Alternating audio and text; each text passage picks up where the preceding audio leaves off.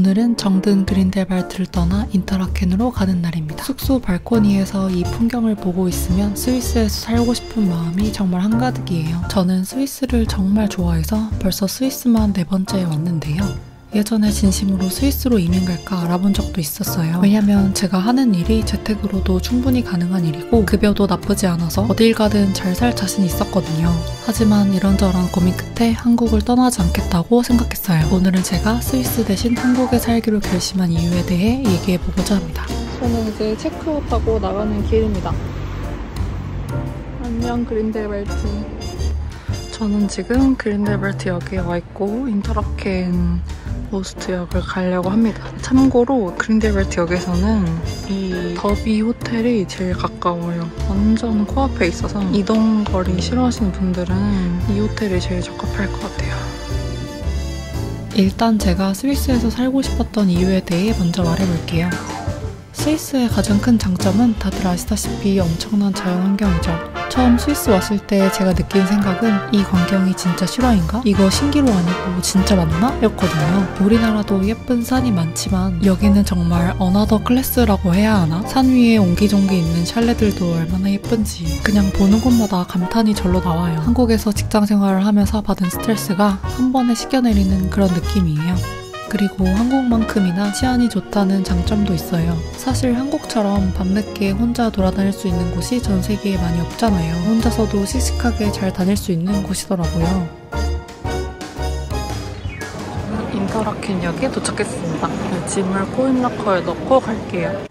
5프랑짜리도 있고 14프랑짜리도 있고 크기에 따라서 다른 것 같아요.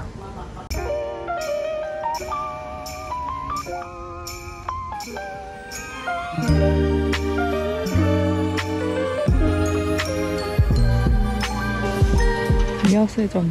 그리고 한국은 매일매일 경쟁하듯이 살아야 하잖아요. 풀타임으로 일하는 것도 모자라 밤늦게까지 야근하고. 근데 스위스는 일주일에 42시간 근무가 기본이고 정규직도 풀타임이 아니라 파트타임으로도 일할 수가 있어요. 또 출근 시간도 아침 7시, 8시로 이른 편인데다가 일이 일찍 끝나기 때문에 오후 3, 4시면 가족과 함께 시간을 보낼 수 있는 거죠. 그런 여유로움이 참 부럽더라고요. 확실히 그린델발트와는 전혀 다른 분위기입니다. 여기가 훨씬 더 발달된 느낌이에요. 저는 한식이 땡겨서 김치찌개를 먹으러 가고 있어요. 드디어 도착했습니다. 아래 한식당. 한국의 냄새가 납니다.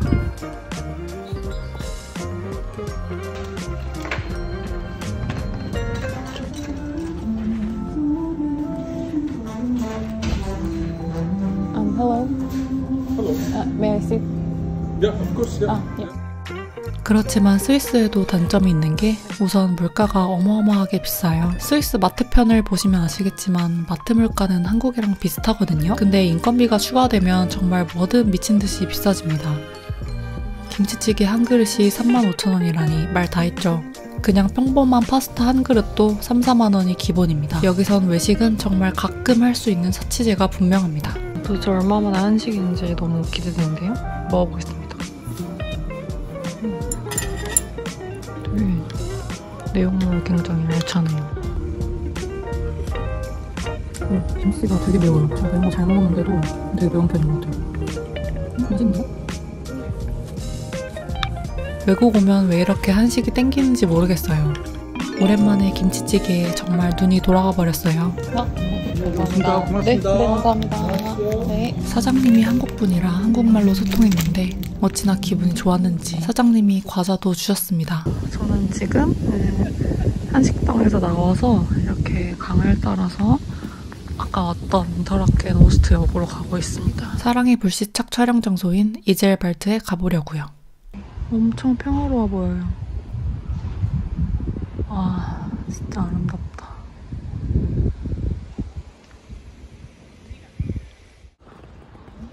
엄청 예쁜 집이에요. 나도 이런 마당을 갖고 싶다. 헐. 깍깍. 깍깍. 깍깍. 깍깍. 얘들아 잘 가. 저를 따라와요, 오리들이. 왜 오리들은 나를 따라오는 것인가? 너만 따라오는구나. 내가 그렇게 좋니? 참네. 오리와의 교감 너무 특별했는데요. 다시 인터라켄 역으로 갑니다. 예전에 왔을 때 여기서 피크닉 하는데 갑자기 비가 엄청 내려가지고 막 도망갔던 기억이 나요. 여기 유스 호스텔 앞에서였거든요. 아, 추억의 장소다. 제가 이렇게 갔던 곳을 또 가는 걸 좋아하는 이유가 추억이 겹겹이 쌓이는 걸 좋아해서랍니다. 브리에른 호수 가는 기차를 타야 되는데 캔슬됐다고 방송에 나왔어요. 당황스러워서 여기 좀 있다가 그냥 바로 페리를 타고 가야 될 것 같아요. 페리가 1시간 뒤에 있어서 푸크에 들려서 쇼핑을 좀 하고 커피도 좀 마시고 그리고 가야겠습니다. 이곳은 인터라켄에 있는 쿱입니다. 인터라켄이 확실히 이런 맛있어 보이는 것들이 되게 많아요. 스벅커피를 마시겠습니다. 지금 시간이 좀 꼬여서 자전거 대여해서 자전거 타고 돌아다니려고요. 내가 여기 인터라켄에서 자전거 타본 적 있었는데 너무 좋았어가지고 그때처럼 또 자전거 타고 돌아다니려고 합니다. 이 거리가 너무 예뻐요. 플라잉 휠스라는 자전거 대여점입니다. 전기바이크가 2시간에 29프랑입니다. 꼭 전기바이크로 빌리세요. 거의 스쿠터 저리 가라입니다.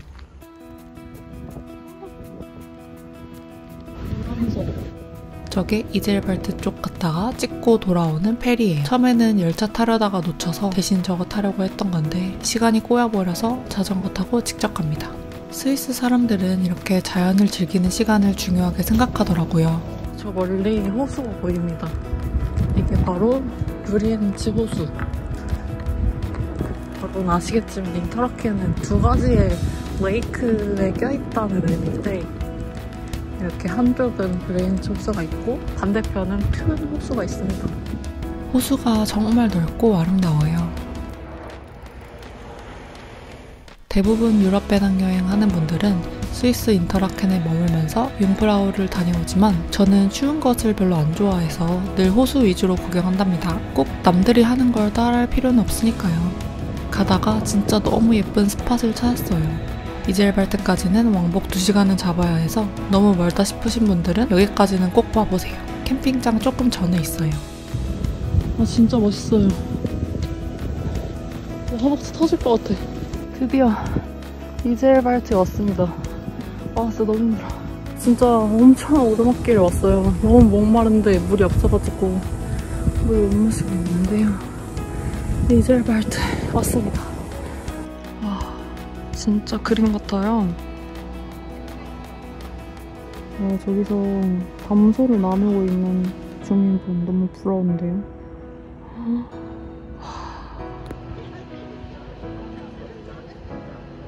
어떻게 이렇게 생길 수 있지?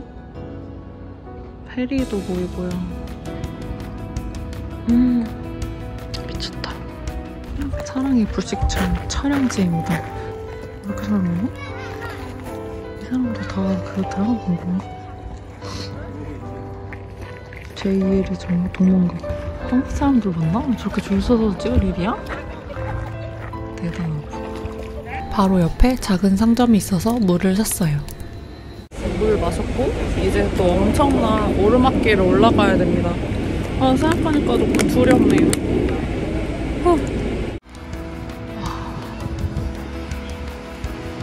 산도 너무 멋있어요. 엄청 예뻐. 와 부럽다. 나도 자동차. 그래도 이거 전기자전거여가지고 그냥 느긋하게 가면 올라가줘요. 그냥 발만 허우적대면 됩니다. 따로 힘 안 줘도 되고요. 아까 이 뷰포인트로 다시 왔습니다. 아까 계셨던 분들 다 그대로 계신 것 같아요. 여기서 멍 때리고 있는 분들. 와 진짜 근데 멍 때릴만 하다. 헤들보트 타는 사람 있다. 강아지랑 같이 타나봐요. 귀여워. 강아지가 아니라 어린이였네요.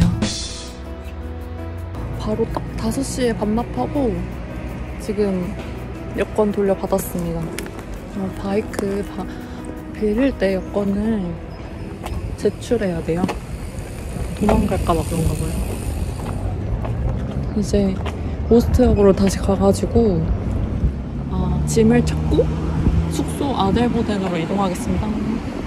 다시 스위스의 단점에 대해 말씀드리자면 저번 영상에서 제가 잠깐 언급했듯이 스위스는 대부분의 상점이 정말 일찍 닫아요. 다들 가정에 충실하다 보니 상점 직원들조차 그러더라고요. 이 큰 마트도 저녁 7시면 닫아버리고요. 그래서 밤에 할 게 없다는 단점이 있어요. 이거 인터라켄 컵에서 파는 이 닭다리인데요. 이거 진짜 맛있어요. 진짜 따뜻하고 이거 밖에서 먹으면 진짜 좋아요. 피크닉 할 때. 진짜 맛있어요. 늘 스위스 오면 1일 1파이 실천합니다. 건강을 위해 샐러드까지 골랐어요. 이게 오늘의 저녁입니다. 첫 번째 기차에 탑승합니다. 2분 전에 탑승했어요. 코크가 없어가지고 조그마한 코드에 들려서 이것도 샀어요. 이제 한 20분 뒤에 다른 기차로 갈아탑니다. 기차 기다리면서 아까 사온 닭다리랑 샐러드를 먹으려고요. 닭다리 클리어. 충격. 여기 드레싱이 없어요. 드레싱 너무 좋은데 드레싱 없이 먹어야겠어요. 어떻게 나라가 사방팔방 다 이렇게 예쁘게 생겼죠? 기차 탈 때마다 늘 감탄합니다.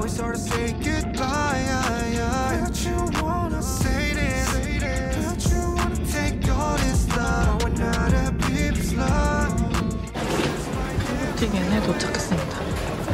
여기 역 바로 앞에 230번 버스를 타면 아델보덴 포스트로 갑니다.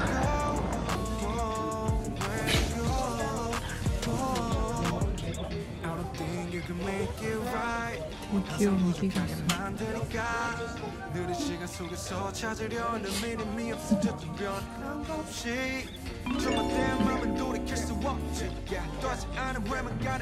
마지막으로 스위스에서 살기 어렵겠다 생각한 가장 큰 이유가 있어요. 이건 꼭 스위스만 그런 건 아니지만 한국이 아닌 곳에서는 이방인이라는 외로움을 견뎌야 하잖아요. 저는 제 스스로가 굉장히 독립적인 사람이라고 생각을 했는데 스위스 온 지 꼴랑 2주 정도 지나니까 진짜 너무 외로워지더라고요. 한국어도 너무 사용하고 싶고 한식도 왜 그렇게 땡기는 건지. 게다가 저는 스위스에 가족이 있는 것도 아니라 모든 인간관계를 다시 시작해야 한다는 점이 가장 힘들게 느껴졌어요. 사실 음식이나 문화, 언어 이런 것들은 살다 보면 익숙해질 거라고 생각해요. 인간은 적응의 동물이니까요. 앞서 말했듯이 저는 제가 매우 독립적인 사람이라고 생각을 하는데 사실 독립의 진정한 의미는 혼자서 모든 것을 할 수 있는 게 아니라 내가 믿고 의지할 수 있는 대상이 충분하다는 의미라고 생각해요. 그 대상이 꼭 사람이 아니더라도요. 근데 저는 제가 믿고 의지하는 대상이 거의 한국에 있더라고요. 특히 내게 소중한 사람들이 90% 한국에 있고 이 사람들이 없으면 내 인생이 무슨 의미가 있을까 싶었어요. 제게 소중한 사람들을 전부 납치해서 스위스행 비행기에 태워보내지 않고서는 스위스로 이민을 가지는 못하겠다는 결론을 내렸습니다. 대신 디지털 노마드로 살 수 있도록 열심히 노력해서 가끔 와서 두어 달씩 머무르고 싶어요. 스위스는 정말 매력적인 나라니까요. 아델보덴 포스트역에 도착했습니다. 저 뒤쪽으로 설산이 보여요. 되게 그린델 말트처럼 귀여운 마을입니다. 저는 가는 방향을 알고 있기 때문에 지금 구글맵을 보지 않아도 됩니다. 해가 지니까 길가에 사람이 거의 없어요. 여기가 제가 정말 좋아하는 아델보덴의 숙소.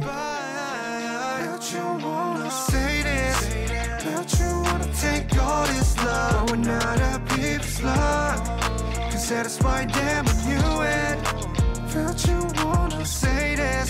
I don't know where are you taking